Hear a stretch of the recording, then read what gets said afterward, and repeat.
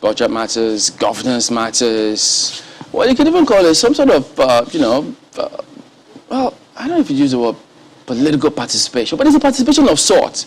But you'll understand why. Perhaps you use that adjective, but you could change it if you want, depending on how it comes across to you. But we've got two gentlemen joining us here today to shed light on the subject matter. Seun Onigbide, co-founder and director of Budgit. Thank you for coming on. Good morning. Thank you, Chambali. It's a pleasure being here today. Yeah, and we also do have Joseph Akunbiade, who is also co-founder, chief technology officer of Budgit. Good morning. Good morning. Thank you. Okay, so gentlemen, welcome to the show today. And well, yes, I mean, what you do with that report, many would have seen and aware of the projects that you undertake. But just backtracking a little bit, 10 years after, you could have an idea of how this story started. But perhaps if you say 1, 2, 3 years on, you might have seen signs, say, wow, this is not going as I thought. How did we get into this? Are we sure we can still continue? Yeah. What made you get into this particular field? Because this is an area where, for instance, young people will be immediately interested in. Yeah. Tell us about that. I mean, so I was a banker. Worked in a bank for 4 years. And after a while, I felt I could do something different. I used to work with the public sector team then. And it was around budgeting, public financing, and just looking at government reports and seeing what opportunities were. And I felt like if I could do this for the private businesses and the government and for the bank, why not for the public? I think that was the feeling I had then. I didn't imagine how big it could be. And I also think I figured out was there was a lot of concentration on stock market, bond markets, private sector stuff. Nobody was really fully dedicated to analysis of the government finances, even as an advisory work. So that was the thing that came into my mind. And we're very lucky to have co-creation over that time. So Boston CGI and Femi started this incubation space in Yaba, which I believe is the beginning of the history of this current tech ecosystem or revolution, as you might call it. And we were one of the first people that got into that. And they had this hackathon called Tech and Governance in 2011. And that was where I met Joseph. And we just came together. Because I was going to ask, have you both always been were the bank together? Or what happened? So it was that hackathon that I met Joseph. He didn't even come on the first day of the hackathon. And there was a guy who came on the first day and he gave us a glamorous picture of what he would do the next day. And he never showed up again. Well, Joseph, what kind of eyes did the Eskimo sell to you to make you tag along? Yeah, so I mean, prior to this time, I'd been an entrepreneur myself, and somehow, I think it's a combination of providence and understanding when I see an opportunity that I jumped on that. I remember, when I got on the team, we were hoping for the guy Olusegun just mentioned. That the guy would show up for the hackathon with some, fantastic product. And, we called him an hour, he would say he's in Maryland. A few minutes later, an hour later, he would say he's still in Djibouti. So we kept waiting. But somehow, I'd worked on something overnight. And I was like, guys, you know what? There's something here we can present. And somehow, we presented it. We started working on the PowerPoint a few minutes later after we saw it. And, of course, we presented, and it was something that was chosen. And that was the basis upon which, we won and we started Budgit. Let me just say, Joseph, it's quite good to see you. I mean, I know you're always busy behind the computers and the rest. So it's good to see you come out very rarely. But, this is not like Facebook, for example. This is something I think you did for, was it CSO sort of, for civic engagement, let me just say. And it's different from what a lot of people want to do. I mean, they will essentially want to start a business that will, be the unicorn of the future. But you thought, let's do this for civic engagement. I wonder, why didn't you told the path of Facebook, for example, or an Instagram, for example? Why did you choose civic engagement?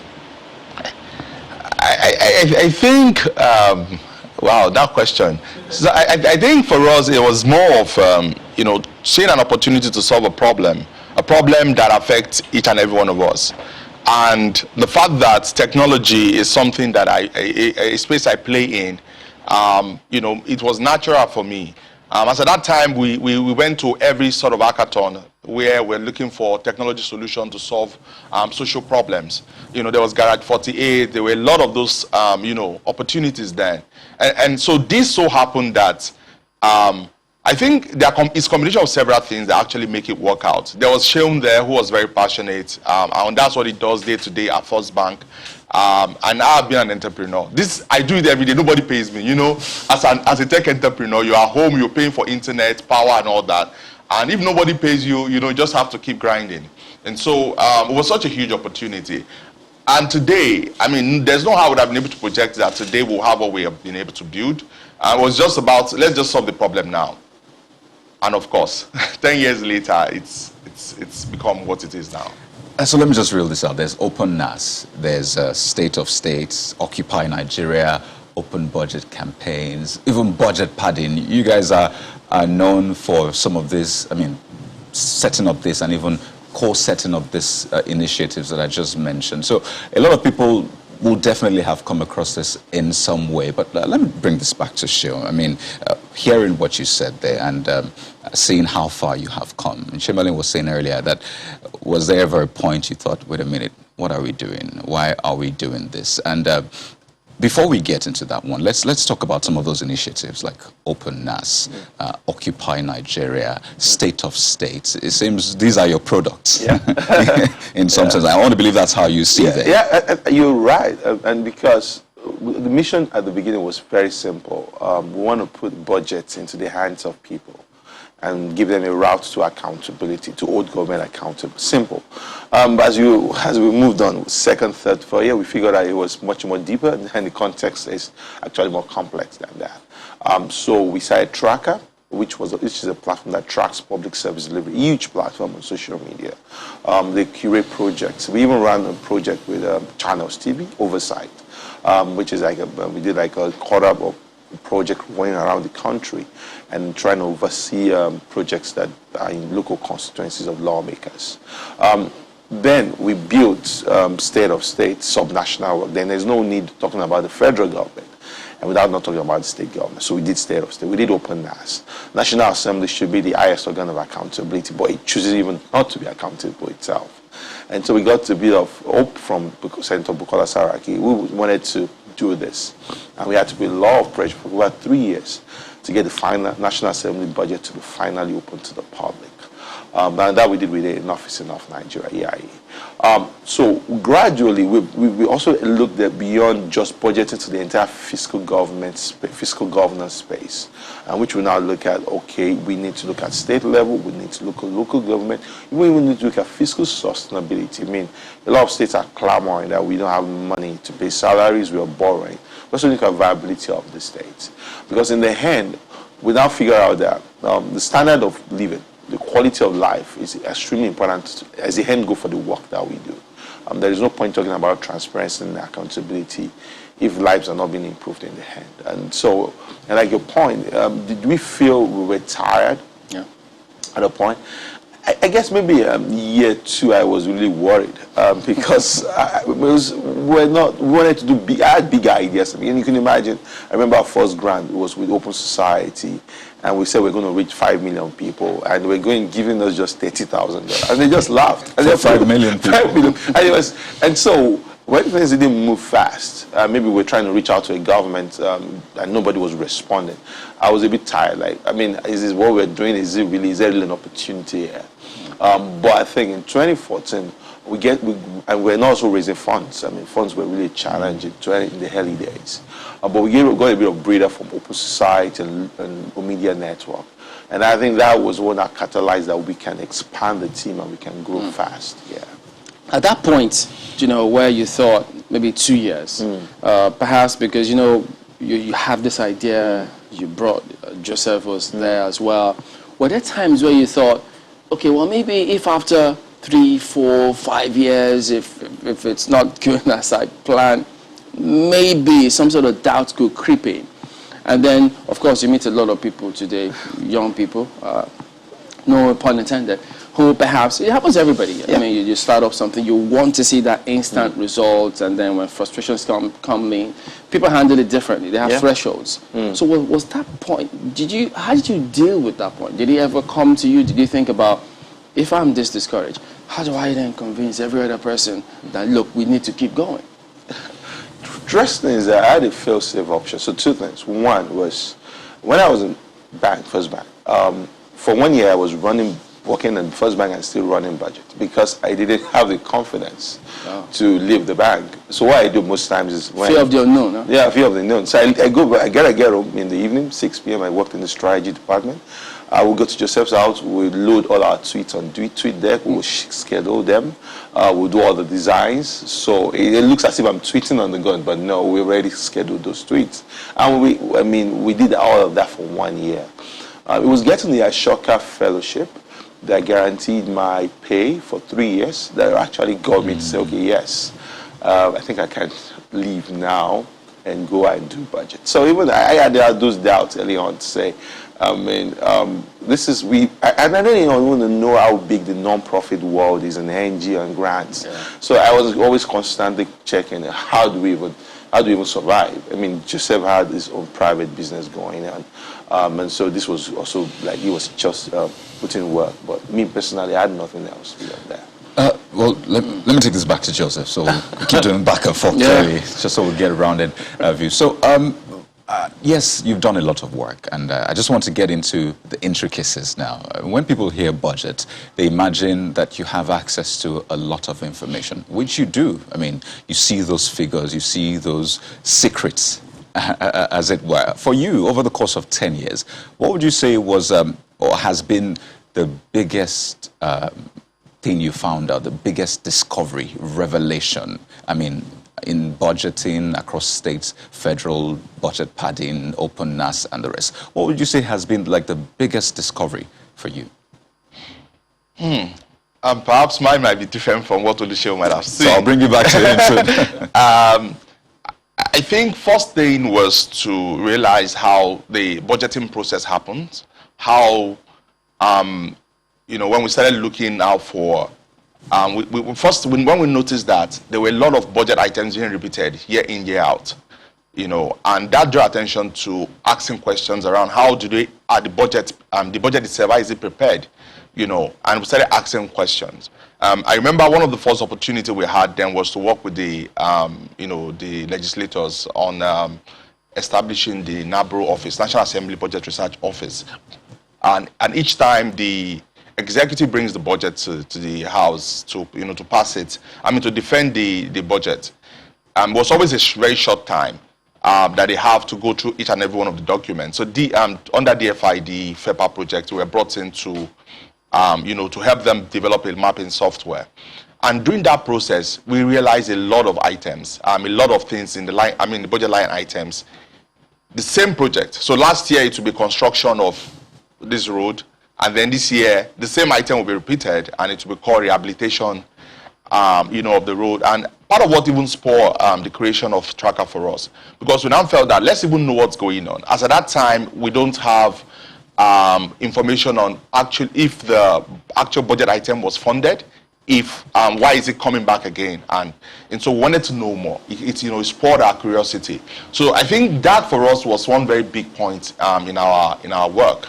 To see to start asking that question of how are the budget itself prepared for before it is presented. So for him, it's repetition sorts in budgets. What is it for you? What was that biggest revelation? I think it's more about interest, about how the budget is a product of private interest, and you might look at it from different angles. The executive put certain items in the budget just because someone sees a contract opportunity in there, not because it benefits the public in a way.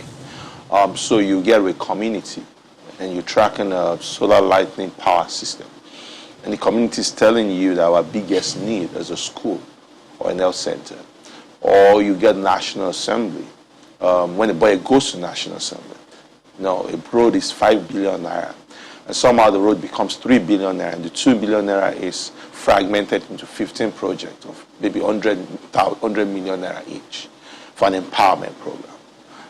Those are the kind of things that really makes us feel sad about the Nigerian project process. People don't think of the collective. There's always this, this is the vehicle for me to get my own stuff done. And we've seen that we've agitated, and we have this frivolous items document that we take when the executive does the budget. We take it to the National Assembly and say, these items we think you should pay attention to it. I think the biggest win we had was in 2017 during the budget party. That blew up, and that got a lot of attention and everywhere. Most times it's been silently happening, and that's why you see roads take 15 years. The Oyo Obumosho Ilorin road has been on since year 2000. The Abuja Benin road has been there for years, with almost a decade. Because over time, the federal government budget, if I start with that, is not purposed for what it is. It's fragmented around different lines. And now you decide what goes into priority. And at the end of the day, the executive still asks for enough power to say, even if you put something in the budget, I would not fund it. But you know that at the end of the day, that's settled on partisan level. And say, oh, we have to just do this because they are lawmakers, they are for our people, and for things like that.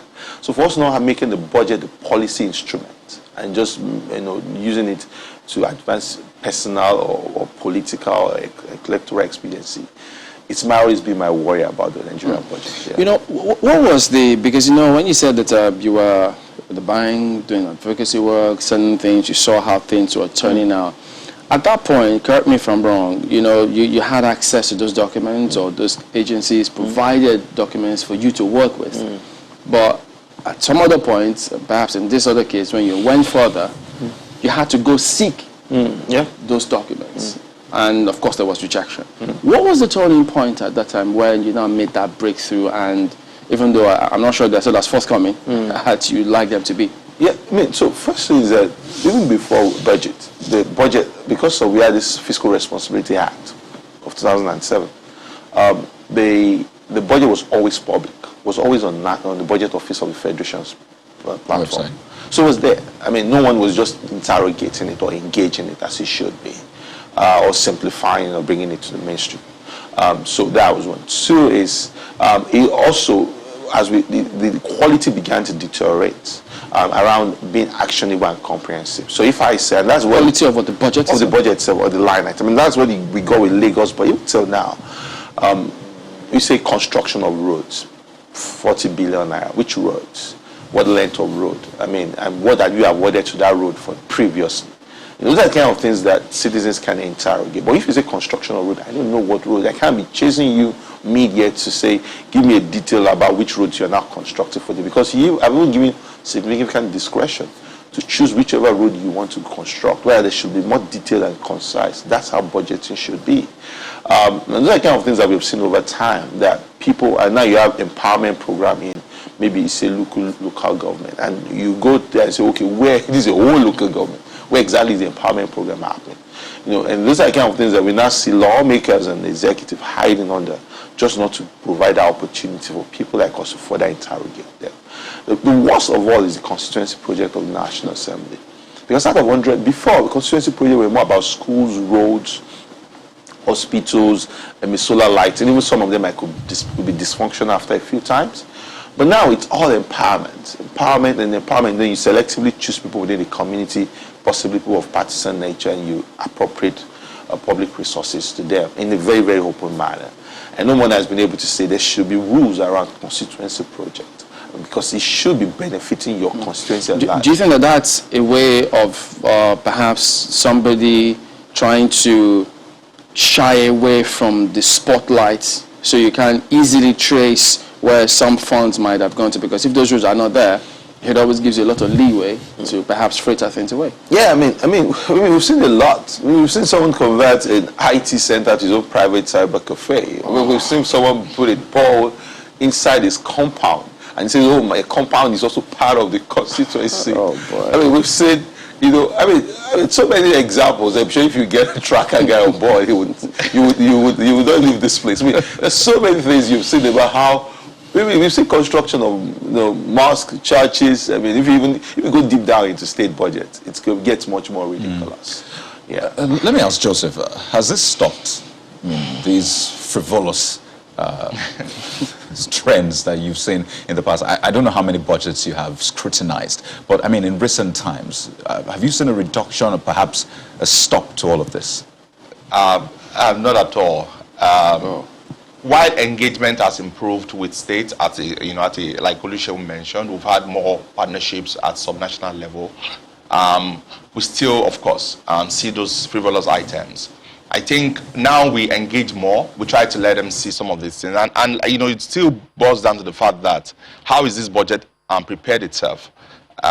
We think that if the entire process improves very well and it is more citizen-centered, which is one of the things we are pushing now, citizen guides to budgeting and getting citizens involved in the entire process. We believe that we'll begin to see a lot of those improvements. For us, what we see is like, you just lift a template. It's another time to budget. Let's just pick the old template and then let's put it together and present. So if that process changes, we believe that we'll begin to see that improvement. Frivolous item every year, you always say it. So you're saying yes. 2021 budget, you still saw the trend? Yeah, I mean, we published a couple, of those items. There's now this open treasury. Olusegun, you want to talk about open treasury, where every spending that is done by the federal government also, they publish every single spending. I know a lot of Nigerians don't know that, that every single item, every time money is spent, they actually publish those things. And we see a lot of interesting, data, looking through some of those information on the open treasury platform. So I'll allow Sean to talk about the open treasury, open treasury platform. But I'm curious. I just want to get this out of the way. We've heard that when you fight corruption fights back, right? Has that happened for you? We've had a bit of pushback. I mean, security. Sometimes our project officers, have been harassed, beaten. We had one called Moses Mutoni, and a lot of thanks to China TV about helped us highlight that. We've had even our own office we've had local, people come and knock our doors and say, you're trying. Remember, 2015, we did some expose on Lagos State financing, and we're not an investigative platform, so we don't snoop. We only take what is provided and interrogate it. And someone said, "Oh, we're trying to stop the former governor of Lagos State from becoming a minister." They kind of started, people just started gathering up from our office, started making a scene. It's just us being very dispassionate about our work. Like Joseph said. A lot of times the budget is we hope that it improves, because this year we had a huge publication that even we ran into troubles with the budget office. Because we're like friends and not so close friends, and we talked to them about something is very wrong with this current budget, because we see maybe a school of oceanography in Victoria Island installing solar lighting system in Bauchi. We wondered, what is the business? Maybe they have a branch there. No, and it's because a lawmaker who's from Bauchi sits in the committee that oversees the budget of oceanography, and wants to allocate, and that's why we need a more intense work on the National Assembly, because we should scrutinize the budget and make sure that it fits into the purpose of Nigeria. National Assembly.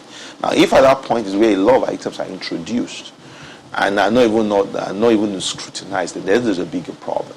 And like you said, we've seen our pushback, and we are also not immune from the whole degradation of civic space in recent times. And the CAC came up with a huge law, and I guess it's the karma. We're there. Twitter is our biggest outlet for conversation, and that's been cut off recently. And so we also. So how do you deal with that? It being cut off. We've kept it on. We're very clear with other CSO partners that respect what the government was doing. We were going to keep tweeting, and we never stopped tweeting. Maybe interactions have not been as strong as they used to be, evidently, but we've kept that on.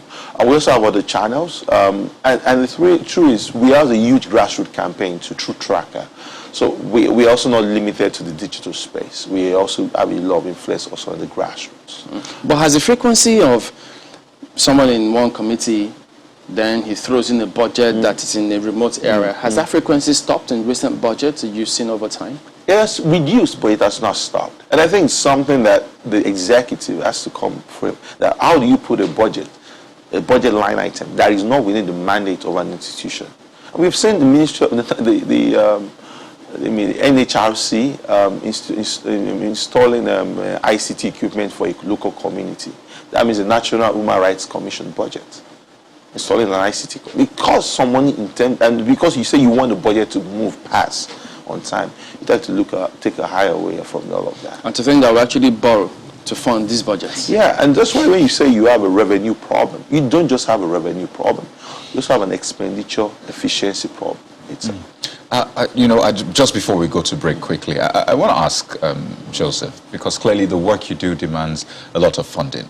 And if you're torchlighting, as it were, corruption and the rest, you clearly will not get funding from the people you are scrutinizing, as it were. And quickly, in a minute, if you could just touch on that, the challenge of funding. I know you've gotten grants and the rest, but in a bid to get funded, do you get to, do you have calls to compromise, perhaps say, okay, I'm going to fund you, but you know what, when the spotlight is coming to me, just dodge it, just skip me and the rest. Is that something that happens? So first of all, I'd like to say we don't get funded by government, and we've never been funded. We're very clear on that. As a matter of fact, we don't receive, honorarium for even, doing training there. So that is first.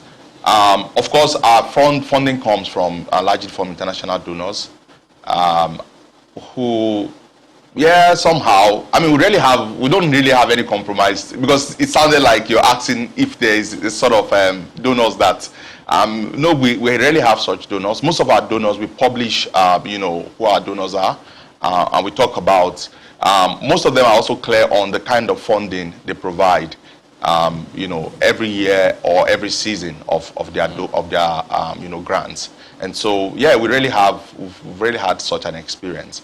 But in terms of local partner, I don't think we don't have any of such, engagement where we've had to. Well, talking about what you gentlemen do, there's always been this part. It kind of comes up and disappears in the polity, which has got to do with security. Security votes, security funds, and that kind of thing. Did you look into that area? What kind of reception do you get if you talk about, because some of them, the budget certain things too for security purposes? Yeah, there are security votes in the budget, but most times they're not explicitly stated, especially at the state level.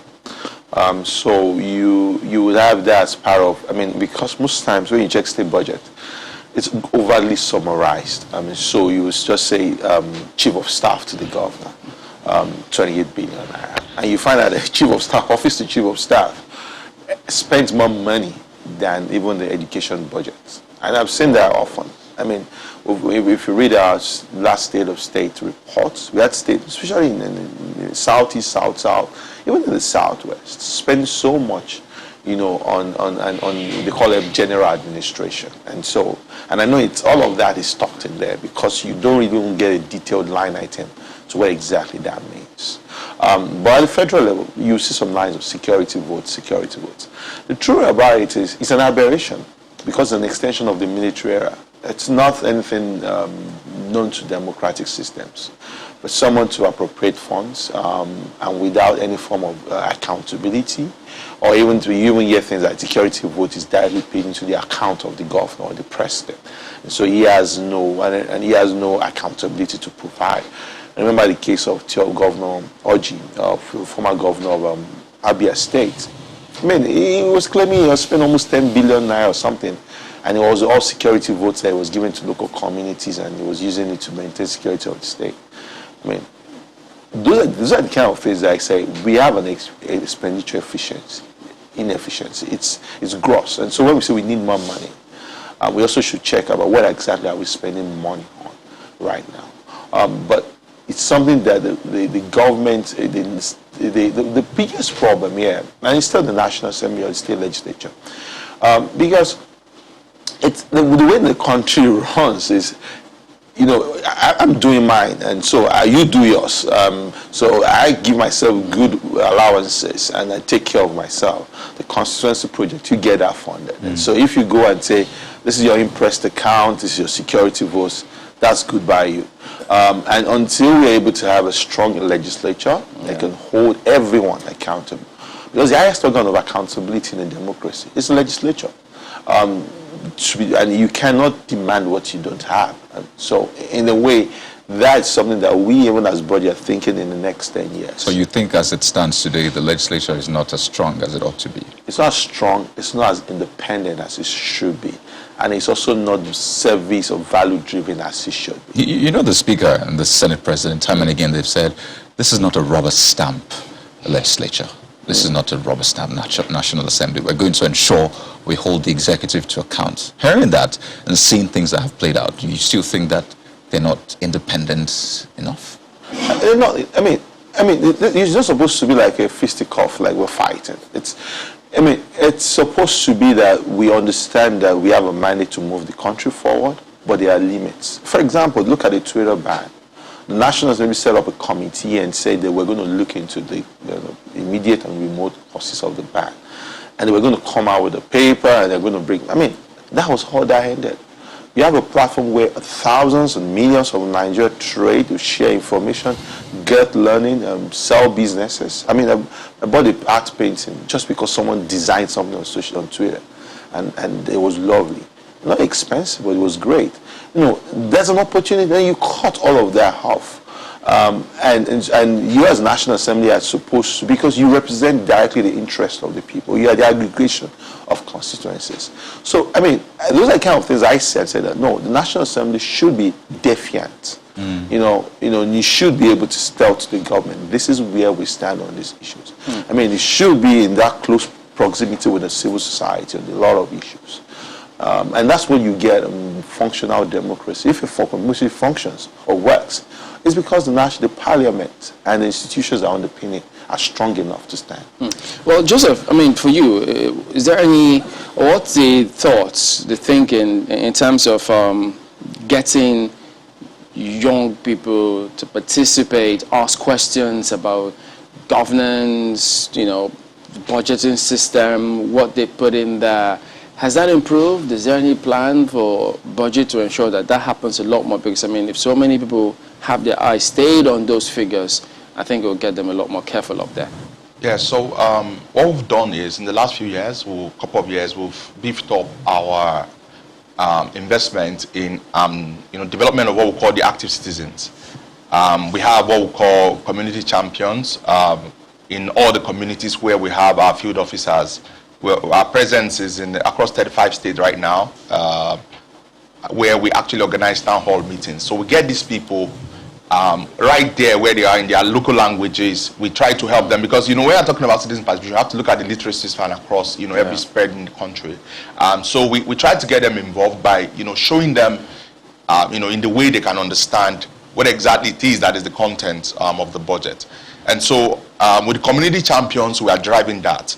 Another thing we're doing is with our civic hive. So we've got this accelerator program where we get young people who's got, just the same way we're incubated and, Budgit was formed. We think a lot of young people across the country have got great ideas, civic ideas. And so we've been supporting them. One of such products is Gavo. Gavo, the impact they've made greatly.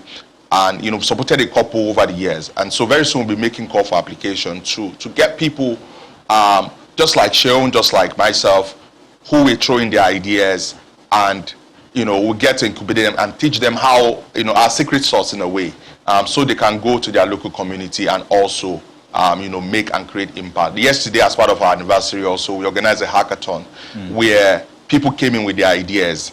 We said we want to raise the next budget, and we had a winner. Even those that did not win, we had so many brilliant civic tech ideas, which we think is a way, to increase the pool of participation in, civil society. Yeah. Part of what you have said time and again is that you look forward to other, and I think the hackathon references that other organizations, as it were, that can address other verticals that are still under serious perturbation, in your words? So I'd like to know, I mean, you are into civic engagement, the whole budgeting process and the rest. What are the problems, if I could use that term, still need to be solved in this whole civic space? Wow, I think what is just 1,000th of the possible, social problems that exist. You agree with me that there are a lot, there are endless solutions. And I'll try and point out a few ideas, something that we see every day. I recently started asking people questions that why would people be crossing, say on the Ikorodu road, see people crossing under the bridge, where there's a bridge and people crossing the road. Then government, in trying to solve the problem, brought barbed wires and put it on the road. And few weeks or few days later, they pulled down the barbed wire. There's a problem, and it's something we call at Budgit, we call, a human-centered approach to solving social problems. When you want to solve such problems, you need to get the citizens involved. That is a solution. That's an idea somebody can take on. How do you engage, with the citizens? How do you engage with the government, on seeing that problem? And that's just, amongst many other ideas, social ideas that are around us. So we're looking for the next person who, beyond just the idea, has the drive to push, and engage local communities at local government level. We have people who are driving PVC, doing PVC drives, telling citizens against next election, if you are complaining, if you're tired of this government, get involved, go get your PVC. Those are social, civic tech ideas. So there are 1,000,001 of such ideas which we think, people need to. So when you come into our Civic Hive program, for example, we are going to help you to reframe your problem. Whatever problem it is you're trying to solve, we help you to reframe it. We help you go through ideation process, prototype the idea, test the idea, and possibly introduce you to donors in our network. So those are the kind of things we think we help drive and increase the pool of civic engagement. I mean, out of those 1,000,001, you gave out 2 for free, which is quite interesting. One on communication, the other on PVC. Very brilliant ideas, as you said. I imagine someone thinking and working on that too. Let me just say thank you for that one. But, you've come up with a lot of things in the past, and one came to mind, and I just wanted to get an update on it, what's happening with it, the Buhari meter. Whatever happened to it, or what's happening with it? Maybe both of you might want to take that question. Okay, straight to the show. So Buhari meter is not our product. We built it for CDD, Center for Democracy and Development. And I think that was just it. So it was our development, but it was not our product. So we don't know. I would say I would be able to speak. Because from time to time I get to visit the website and it's non-existent anymore. So I just thought to get updates on that one. Yeah, and that's the thing about civic products. And also maybe sometimes donor funding. And that's why even the way we approach things, we approach as a whole. So for example, Tracker, we've had donors come and say, we're funding you for 6 months for 3 sites. But the question is that the project we're tracking might not even be completed in 6 months, because maybe first 6 months of the year, the allocation has been provided. Are we just going to walk away from that community? So even for us, we tend to deliberately know that when we have products, we make sure that they stay long. And we, like Tracker, we've kept all our project officers on. And we're lucky that we've gotten what we call institutional funding. So that when we have gaps in funding, we illuminate step in and they help us close those gaps. So if somebody walks away after 6 months, we're able to get Illuminate to continue for another 4 years in that community. So do you feel, does Budgit have it all covered here? Because I see you're talking about you opened offices in Sierra Leone, Ghana, and countries like that? Yeah, we have offices in Ghana, Sierra Leone, and Liberia. We opened them last year. We're thinking Senegal, Kenya, and possibly an office in the US next year. So that's part of our own thing, that the idea that we have is valid everywhere. And as much as we're trying to expand, we also want to deepen our work more in Nigeria. Bring on board people we call unlikely partners. So faith-based organizations, road transport union workers, drivers. What's the intent? That'll be interesting. Yeah, those faith-based, or what's the intent? Because we also understand that there's a huge, we call them source of civic power. There's a huge influence they have on the congregation. Oh, I thought you were going to be looking into their budget. No. We just want to be able to recruit more people too. push on the issue of governance. I mean, we're not, and drivers, so we're developing an app that if someone is driving, you can be able to say this is a portion of the road that is bad, and also the intensity of all of that. So, in a way, being able to bring new people on board, even the Gen Z, the NSAS give us a new opening, that there's a huge interest within the new gen. We're 10 years in, so definitely the generation behind us or people behind us see things differently, maybe beyond us. So we have to include them. Quite interesting. I recall Occupy Nigeria too. Just quickly, Occupy Nigeria and SARS. I mean, those moments, do you think they achieve a lot? And this is why I say it.